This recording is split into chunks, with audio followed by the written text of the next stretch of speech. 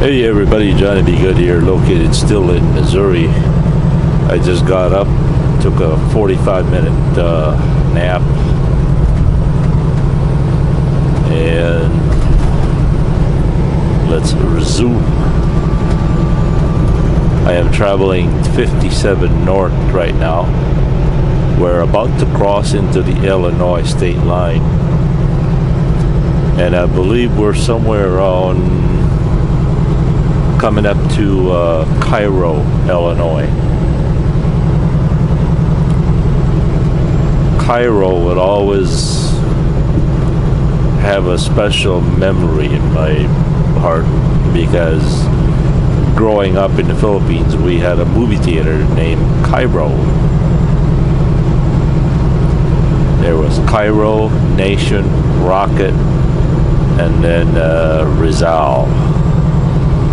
Those were the main movie theaters in the Cagayan de Oro.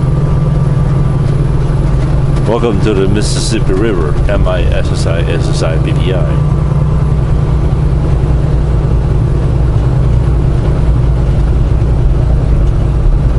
Oh, look at that Mississippi River down there. It looks real cold.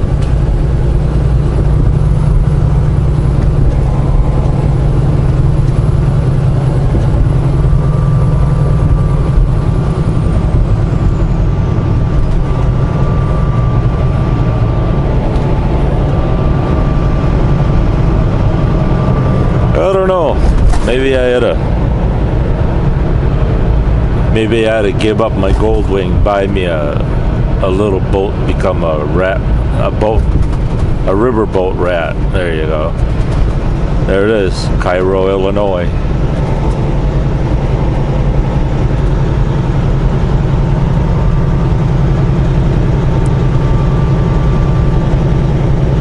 Speaking of movie theaters, wow. In my earliest recollection in childhood, you see, I grew up in a very small island in the Philippines called Camiguin Island. Camiguin. Camiguin Island. And upon arriving in, or living in the island when I was a little boy, that island was dark. No electricity, no running water. There was nothing except for our house. Our house, we had electricity and running water because my dad was an American, an engineer, an inventor. So we certainly had the amenities of a modern home. But as far as movie goes, we would have to travel at least 8 hours from the island to the big island of Mindanao and travel to the city of Cagayan de Oro, where all the modern big movie houses and electricity and air conditioning and all that stuff. Now, once a month, we would go out to the big city to do groceries and get supplies and all that. And I've always loved it because that means movie time. We'd go watch a movie.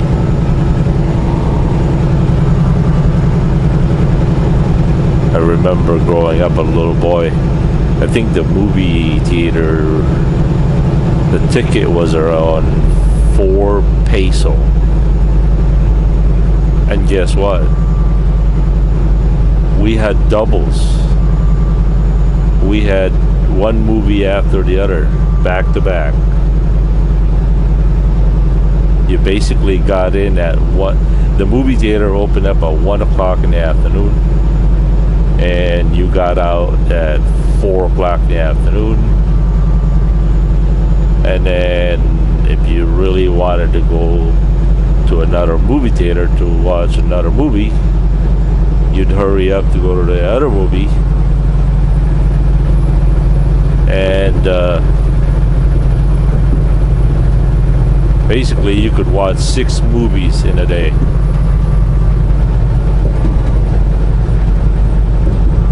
So anyway, the movies back home are humongous. I mean, they're big. And they're always jam-packed. I mean, it's not like the movies here where people are well organized and seated, and over there, sheesh, standing room only. The air conditioner could not even remotely come close to cooling the room down with that many people. And it stunk. Somebody always let off a little bit of gas. Ugh. You'd be lucky if you could sit down somewhere.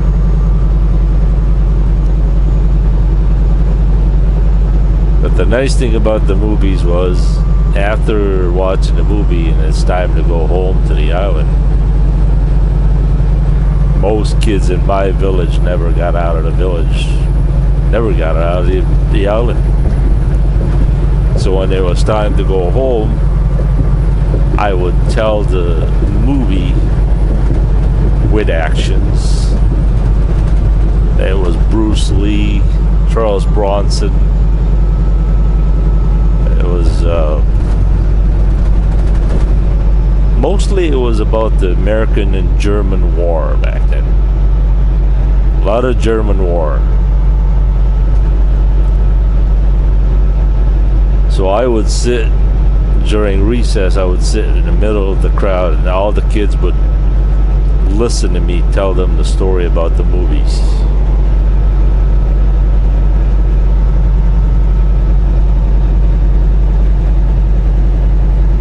Oh, what a fun memory. And then later on, my dad put up a really, really, really tall antenna tower. And we had the first television in our side of the island. And that's when I was introduced to the TV show Rat Patrol, Combat.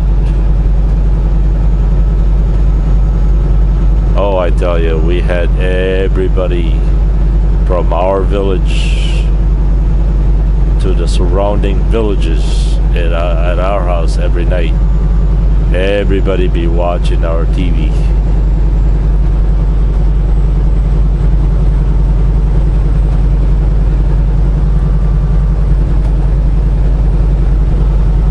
I had a wonderful childhood, you know, because, man, I grew up in both worlds. I grew up in a very modern home, but yet as soon as I stepped out of that home, I was one of the villagers.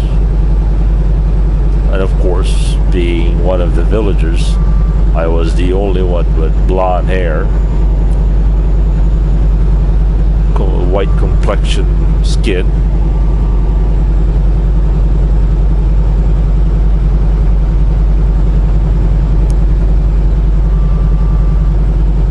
But one thing I could never do is outdone the village kids of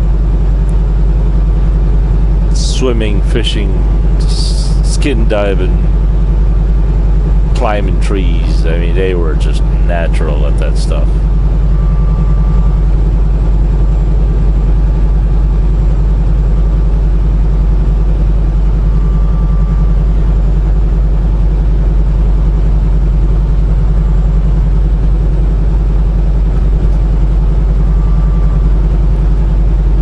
Then we would have, in our village, we would have like public dance, coronations. Oh, fun time.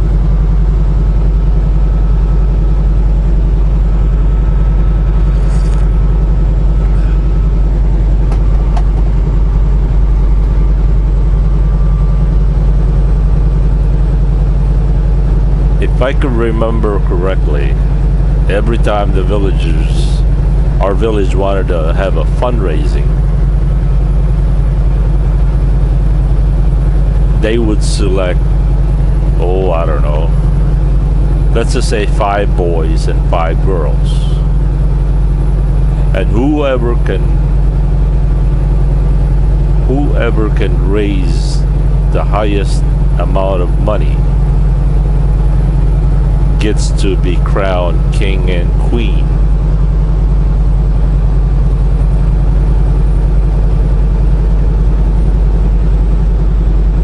I think my brother, naturally, my brother won that position several times.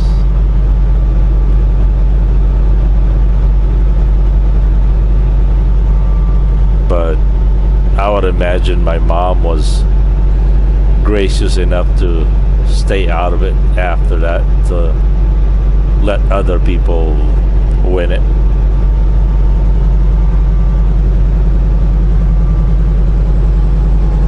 Oh, we had people at our house. Oh man, we had people from our village working as maids, as you know, helps. If one of our neighbors couldn't afford to feed their kids, we would take their kids, let them do housework, send them to school, clothe them. And we had a lot of people do that at our house.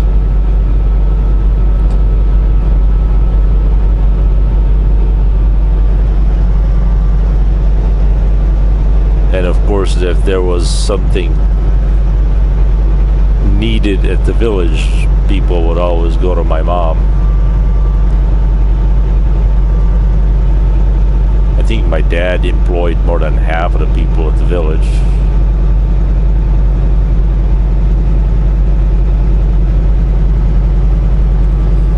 So home, as far as earthly home, that's where I call home. In the island of Camiguin.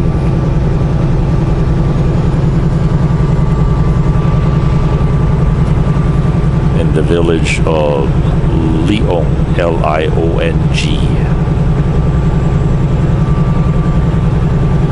of the municipality of Ginsiliban.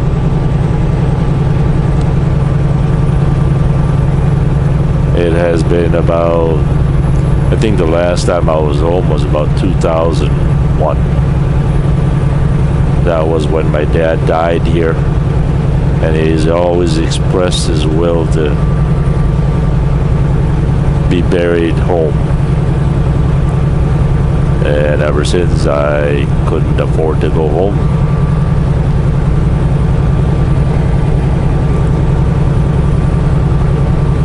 Someday, I don't know, I hope to go home.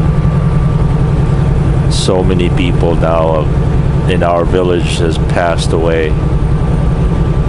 So many good friends I will never see again. And new generations are growing up, and most of them don't even know me.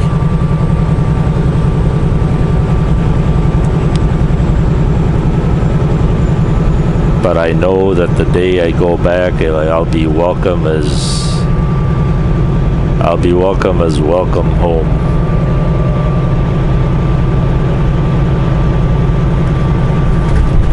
There you go, fueled by faith. There you go. Run by grace.